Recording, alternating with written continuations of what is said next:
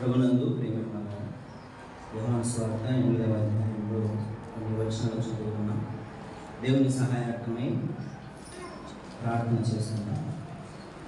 మహాపరిశుద్ధుడా, ఘనుడైన మా దేవ, వేలాది దూతల చేత నిత్యము స్తుతింపబడుతున్న మా గొప్ప తండ్రి, మీ నామానికి స్తోత్రాలు. ఆరాధన వార్త వినుటకు మేమందరం కూడి ఉండగా తలంలో మాకు అందించింది. గొప్పవారు ఎదిగినట్లు మేము ఆరాధించుటకు మేము పిలుపుపడినట్లు మీ సహాయాన్ని మేము అందించమని రక్షకుడిని యేసు వారి ప్రశస్తమైన నామములో ప్రార్థిస్తున్నాము తండ్రి. ఆమేన్. ప్రభునందు ప్రియమైన వారలారా, మనము ఆరాధన వర్తమానం నిమిత్తమై మొదటగా యోనా కన్నా యేసుక్రీస్తు గొప్పవాడు అన్న సంగతులు విన్నాం. తర్వాత సొలొమోను కన్నా యేసుక్రీస్తు గొప్పవాడు అన్న సంగతులు విన్నాం. ఈ దినం యోహాను సువార్త 8వ అధ్యాయము 53వ వచనం చదువుకుందాం. మన తండ్రి అయిన అబ్రహాము చనిపోయాను కదా, నీ వతని కంటే గొప్పవాడవా? ప్రవక్తలను చనిపోయిరి, నేను నీవెవడవని చెప్పుకొనుచున్నావని అడిగి. ఈ వచనంలో ప్రభు అయిన యేసుక్రీస్తుకు ఆనాటి యూదులు వేసినటువంటి ప్రశ్న ఏంటి అంటే, నీవు అబ్రహాము కన్నా గొప్పవాడవా? ఈ ప్రశ్నకు ఈరోజు మనం సమాధానం వెతుకుదాం. అబ్రహాము కన్నా యేసుక్రీస్తు గొప్పవాడు. ఏ విషయాలలో అబ్రహాము కన్నా యేసుక్రీస్తు గొప్పవాడు అన్న సంగతులు మనము ఒకదానికొకటి వాక్యంలో నుంచి చూసి నేర్చుకుందాం. మొదటిగా ఆదికాండం 12వ అధ్యాయం 1వ వచనం చదువుదాం. ఆదికాండం 12వ అధ్యాయం 1వ వచనం. యెహోవా, నీవు లేచి నీ దేశము నుండి, నీ బంధువుల యొద్ద నుండి, నీ తండ్రి ఇంటి నుండి బయలుదేరి నేను నీకు చూపించు దేశమునకు వెళ్ళుము. నిన్ను గొప్ప జనముగా చేసి నిన్ను ఆశీర్వదించి నీ నామమును గొప్ప చేయదు. నీవు ఆశీర్వాదముగా నుండువు.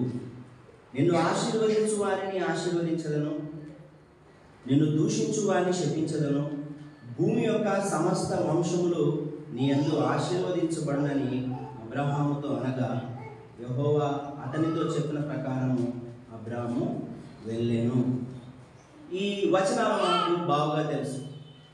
తండ్రి అయిన దేవుడు అబ్రాముకు ప్రత్యక్షమై, అబ్రాము, నీవు నేను చూపించిన చోటికి వెళ్ళినట్లయితే నేను ఆశీర్వదిస్తాను అని చెప్పాడు. మొదటిగా యేసుక్రీస్తు అబ్రహాము కన్నా గొప్పవాడు ఎలా కాగలుగుతాడు అంటే, మొదటి మాట, అబ్రహాము కన్నా యేసుక్రీస్తు విధేయత చూపుటలో గొప్పవాడు. ఎందులో గొప్పవాడండి చెప్పాలన్నారు? ఎందులో గొప్పవాడు? విధేయత చూపుటలో అబ్రహాము కన్నా యేసుక్రీస్తు గొప్పవాడు. ఎలాగూ అంటే, అబ్రహాము అన్య దేవతలను పూజిస్తూ ఉండేటువంటి ఆ క్రమంలో తండ్రి అయిన దేవుడే అబ్రహాముకు ప్రత్యక్షమై అబ్రహాము, ఈ భూభాగంలో నీవున్న ప్రాంతం నుండి మరొక ప్రాంతానికి, లేదా నీవున్న దేశం నుండి మరొక దేశానికి నీవు వెళ్ళు అని చెప్పినప్పుడు ఈయన ఆ మాటకు లోబడి సరే దేవా అని ఆయన విధేయత చూపి వెళ్ళిపోయాడు. అయితే మనం గమనించాల్సింది, అబ్రహాముకు ఫ్యూచర్ తెలియదు. ఇప్పుడు తెలుసా? ఫ్యూచర్ తెలుసా? తెలియదు. దేవుడు ఏమన్నాడు? నువ్వు ఇక్కడ నుంచి అక్కడికి పో అన్నాడు. సరే దేవా అని పోతున్నాడు, కానీ ఏం జరుగుతుందో తెలియదు. ప్లస్ మంచి జరుగుతుందో లేదో కూడా ఈయనకు స్పష్టత లేదు. అయితే దేవుడు చెప్పాడు, నేను నిన్ను ఆశీర్వదిస్తాను, నీవు వెళ్ళు అన్నాడు. మొదటిగా అబ్రహాము కన్నా విధేయత చూపుటలో యేసుక్రీస్తు గొప్పవాడు ఎలా అవుతాడు అంటే, భూభాగము మీద ఒక ప్రాంతము నుండి అదే భూభాగంలోని మరో ప్రాంతానికి వెళ్ళడానికి అబ్రహాము విధేయత చూపాడు. కానీ ప్రభు అయిన యేసుక్రీస్తు మానవులను రక్షించడానికి, పరలోకము నుండి భూమికి దిగి రావడానికి ఆయన విధేయత చూపాడు. చూద్దామా? ఫిలిప్పీయులకు రాసిన పత్రిక 2వ అధ్యాయము 8వ వచనం చదువు. ఫిలిప్పీయులకు రాసిన పత్రిక 2వ అధ్యాయం 8వ వచనం. మరియు ఆయన ఆకారమందు మనుషుడుగా కనబడి మరణము పొందినంతగా, అనగా సిలువ మరణము పొందినంతగా ఏం చూపాడంట? ఏం చూపాడు? విధేయత చూపిన వాడే. సిలువ మరణము పొందినంతగా విధేయత చూపిన వాడే తన్ను తాను తగ్గించుకొనెను. ఈ భూమి మీద ఒక ప్రాంతం నుండి మరో ప్రాంతానికి చెప్పినప్పుడు వెళ్ళడం అనేది, అది అబ్రహాము ఆయన మనిషి కాబట్టి ఆయన జీవితంలో అది గొప్ప పనే కావచ్చు. కానీ పరలోక రాజ్యంలో ఉన్న దేవుడు, వైభవముతో ఉన్న దేవుడు, మహిమతో ఉన్న దేవుడు, దేవుడుగా ఉన్న ఆయన అనేకమైన పాలపుంతలను దాటి, ఆకాశ మహాకాశాలను దాటి మన కొరకు భూమి మీదకి దేవుడు చెప్పాడు కాబట్టి రావడానికి ఆయన విధేయత చూపాడంటే ఎంతగా తగ్గించుకున్నాడు యేసుక్రీస్తు. విధేయత చూపడంలో అబ్రహాము కన్నా యేసుక్రీస్తు గొప్పవాడు. మరొక మాట 12వ అధ్యాయంలో ఏమన్నాడు? 2వ వచనం చూడండి. నిన్ను ఏం చేస్తా అన్నాడు? గొప్ప జనంగా చేస్తా, నిన్ను ఆశీర్వదిస్తా. ఇంకా నిన్ను ఎవరైతే ఆశీర్వదిస్తారో వాళ్ళని ఆశీర్వదిస్తా, నిన్ను ఎవరైతే శపిస్తారో వాళ్ళని నేను శపిస్తా అంటూ ఈయనకు ఒక రకమైనటువంటి బూస్టింగ్ ఇచ్చాడు దేవుడు. ఇచ్చాడా లేదా? నువ్వు పోయి నేను చూసుకుంటా అన్నాడు. ఏమన్నాడు? నువ్వు వెళ్ళు, నేను చెప్పిన ప్రాంతానికి వెళ్ళు, నేను చూసుకుంటా మొత్తం అని చెప్పాడు. మొత్తం ఆశీర్వాదాలే, అన్ని ఆశీర్వాదాలే, నువ్వు పదా నేను చూసుకుంటా పదా అన్నాడు. అయితే ప్రభు అయిన యేసుక్రీస్తుకు ఆయన ఆ లోకం నుంచి ఈ లోకానికి రావడానికి ఆశీర్వాదాలు ఉన్నాయా? యేసుక్రీస్తుకు ఫ్యూచర్ తెలుసు ఏం జరుగుతుందని.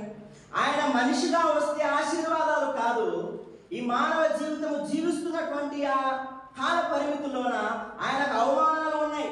చదువుకున్నాం కదా, ఏమని తింటారు యేసుక్రీస్తును? నువ్వు దయ్యాలు పట్టినోడయ్యా అన్న. మనల్ని ఎవరైనా ఇంట్లో ఏదైనా గొడవలు పడేటప్పుడు దయ్యం పట్టింది అన్నాడు అనుకో, ఎట్లుంటుంది మనకి? కోపం రే కదా, నువ్వు పట్టుకొని అంత మాట అంటావా అని వాళ్ళ మీద ఇంకా ఎక్కువగా మాట్లాడుతూ, మనిషివైన నీకే, మనుషులమైన మనకే అంత రోషం ఉంటే దయ్యాలు పట్టినాడని ఎవరన్నా మనల్ని అంటే, దయ్యం పట్టిందని నీకు అనంటే మనకే అంత బాధ అయితే, మన కోసం అన్నీ తెరించి వైభవాన్ని వదిలి వచ్చిన యేసుక్రీస్తు యూదులు ఏమన్నారు? నువ్వు దయ్యాలు పట్టినోడయ్యా, నువ్వు బయల్జెబూల్ యొక్క అధిపతికి సంబంధించిన వాడే, నువ్వు పిచ్చోడు అనే రాళ్ళు తీసుకోవడానికి వెళ్ళారండి యేసుక్రీస్తును. ఇవన్నీ దేవుడికి తెలియదా? ఇవన్నీ యేసుక్రీస్తు ఎరుగని వాడా అంటే ఆయన వచ్చేటువంటి సందర్భంలోనే ఆయనకు బాగుగా తెలుసు, నా కొరకు భూమి మీద ఉన్నవి ఆశీర్వాదాలు కాదు, అబ్రహాముకు ఉన్నట్లుగా ఏమున్నాయి? కష్టాలు ఉన్నాయి, ఏమున్నాయి? నష్టాలు ఉన్నాయి. అంత మాత్రమే కాదు, కన్నీళ్లు ఉన్నాయి. బాధపడ్డాడు యేసుక్రీస్తు ఎన్నో రోజులు, ఆకలితో ఉన్నాడు, దప్పికతో ఉన్నాడు, ఇబ్బందులు పెట్టారు. యేసుక్రీస్తే ఏమన్నాడు? ఇప్పుడు మనం చదువుకున్న మాటలో, నన్ను మీరు అవమానపరుస్తున్నారయ్యా. యేసన్న మాట, నన్ను మీరు అవమానపరుస్తున్నారు. నేను ఎవరు అనుకున్నారు? నన్ను అవమానపరుస్తున్నారు మీరు అని యేసే అన్నానంటే ఎంత బాధపడేటాడు వాళ్ళన్న మాటలకి.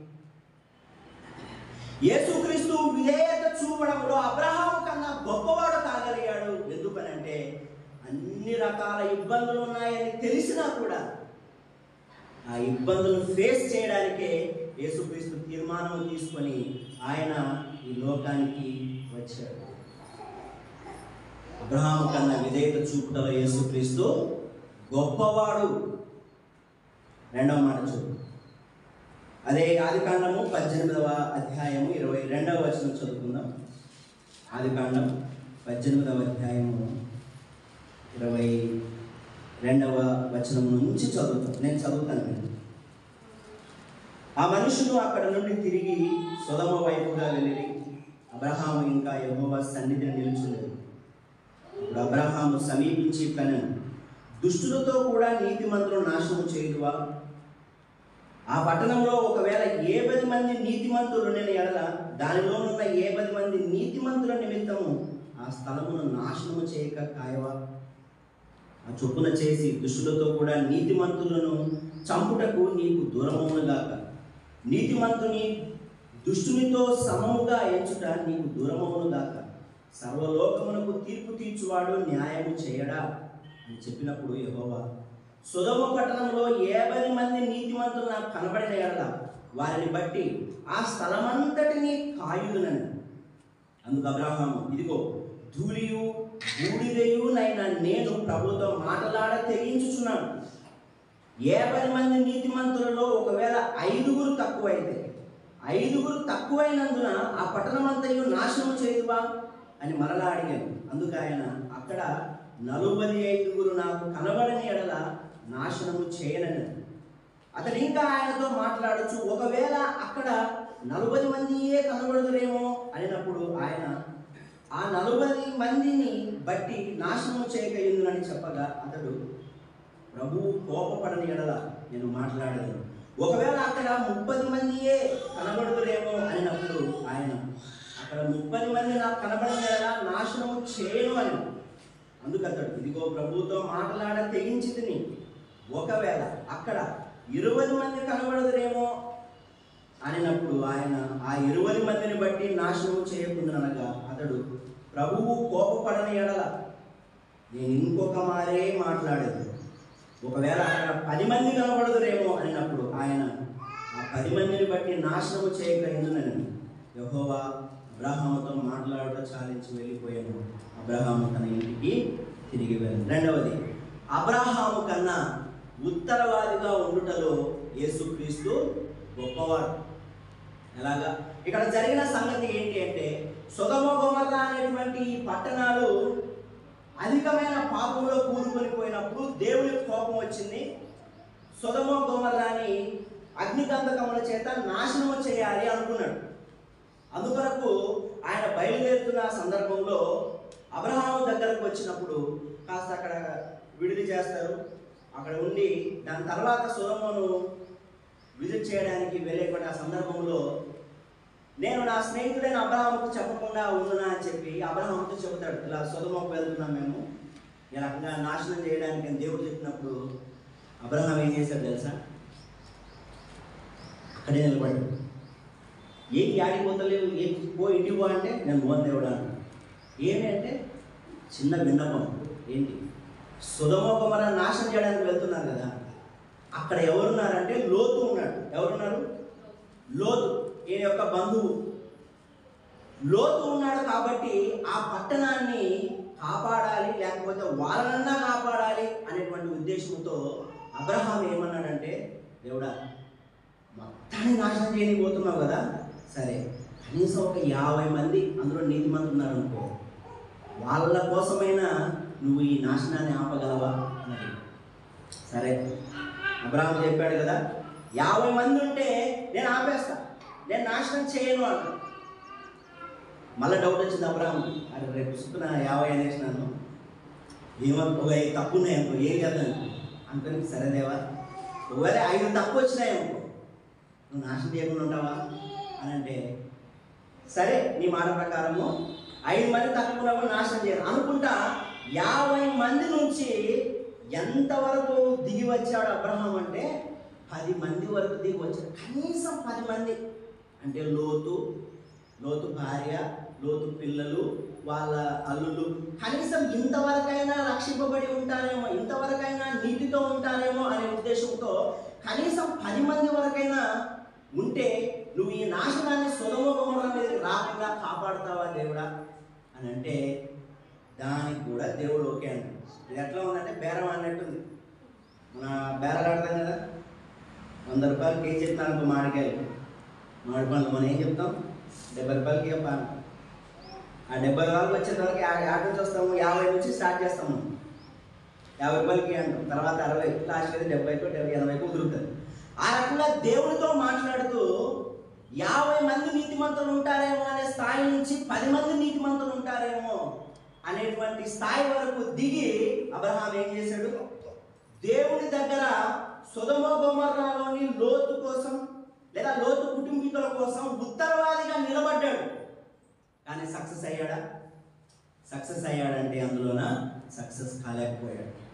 ఎందుకు 50 మంది నీతిమంతులుంటే కాపాడుతావా అనేటువంటి ఆ స్థితి నుంచి 10 మంది వరకు ఎందుకు వచ్చాడు అని అంటే,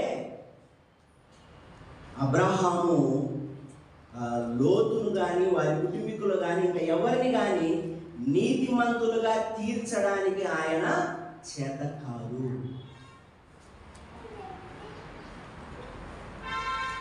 దేవుని దగ్గర అడగడానికి తెగిస్తున్నా అని బతిమాలుకున్నాడు దేవుణ్ణి. దేవుడితో మాట్లాడే తెగిస్తున్నా, ఇంకొక మారు అని రిక్వెస్టింగ్గా దేవుణ్ణి అడుగుతూ వెళ్ళాడు. ఎంతో భయముతో వణుకుతో అడిగాడు. ఎందుకు ఆ వణుకు, ఎందుకు ఆ భయం అని అంటే, గుండెల్లో భయం. నీతిమంతులు ఉంటారో లేదో, ఉండడానికి ఆస్కారం ఉందో లేదో, ఆ స్థితి ఆయనకు ఎందుకు ఉందంటే, ఆయన మనిషి కాబట్టి, ఆయన ఎవరిని నీతిమంతులుగా చేయలేరు కాబట్టి. యేసుక్రీస్తు అబ్రహాము కన్నా ఉత్తరవాదిగా ఉండటంలో గొప్పవాడు. ఎలాగనంటే, యేసుక్రీస్తు ఈ లోకానికి వచ్చి ఆయన కలువరి శిలువలో ప్రాణం పెట్టిన తర్వాత ఆయన చేసిన పని ఏంటి? మనందరినీ ఏం చేశాడంట? మనందరినీ ఏం చేశాడు? నీతిమంతులుగా చేశాడు. చూద్దామన్నమాట. రోమిలకు రాసిన పత్రిక 5వ అధ్యాయం, రోమిలకు రాసినటువంటి పత్రిక 5వ అధ్యాయము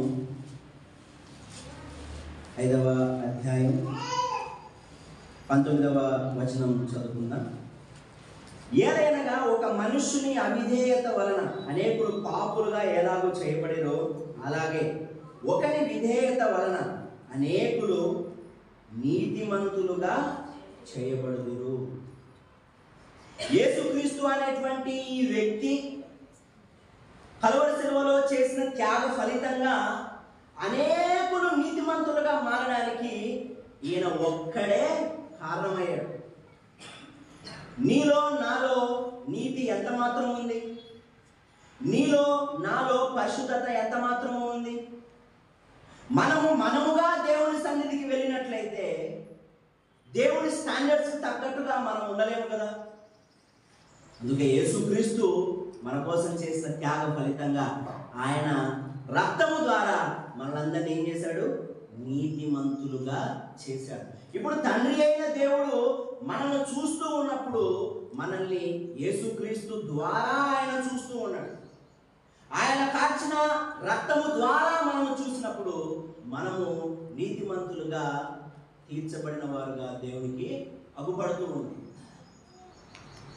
ఇలాంటి ఉత్తరవాది మనకు ఉన్నాడు. అబ్రహాము దేవుణ్ణి అడుక్కోవాల్సి వచ్చింది. భయముతో దేవుణ్ణి ప్రాధేయపడాల్సి వచ్చింది. అయితే యేసుక్రీస్తు ఏ కార్యము చేస్తే అందరూ నీతిమంతులు కావడానికి ఆస్కారం ఉందో ఆ కార్యము చేయడానికి తెగించి వచ్చాడు. అబ్రహాము రిక్వెస్ట్ చేయడానికి తెగించాడు.